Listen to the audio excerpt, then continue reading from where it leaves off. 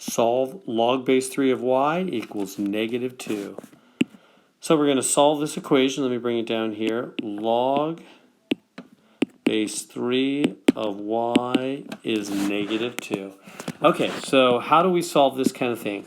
So notice that when we write this, that 3 right there, I say base. When I say log base 3 of y, that 3 is lowered down. You can see it right here too.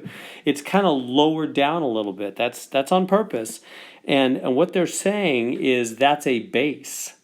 So what logs are, what you really need to know is logs are the inverses of exponentials. So that's why we study them together. They're opposites. Kind of like square root is the opposite, or let's just say the inverse. The inverse of the square root of x is the inverse of x squared, right? They're opposites. They undo each other. So therefore, you know, if you're trying to solve something like x squared is 9, you know what you do? You root both sides because these guys cancel each other, don't they? They're opposites.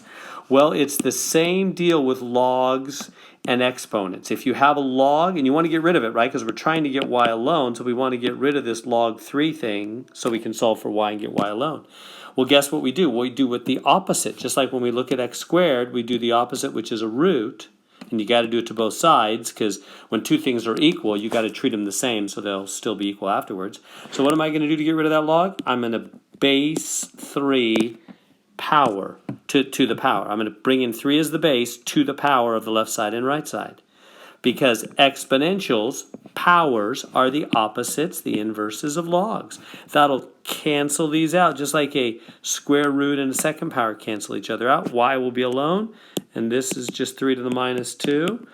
Good so far? So logs and powers, exponentials, are opposites. Now, what is 3 to the negative 2?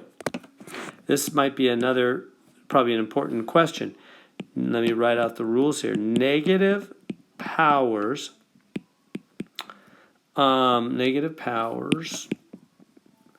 flip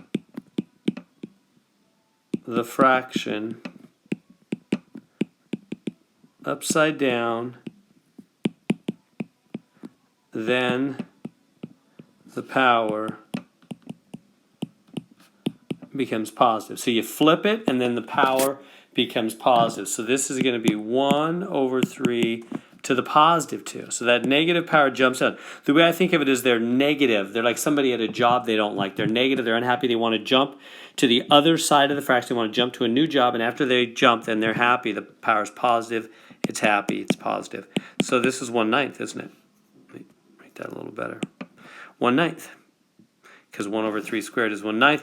If they want a decimal, divide that in your calculator. You get 0.1111 forever and ever.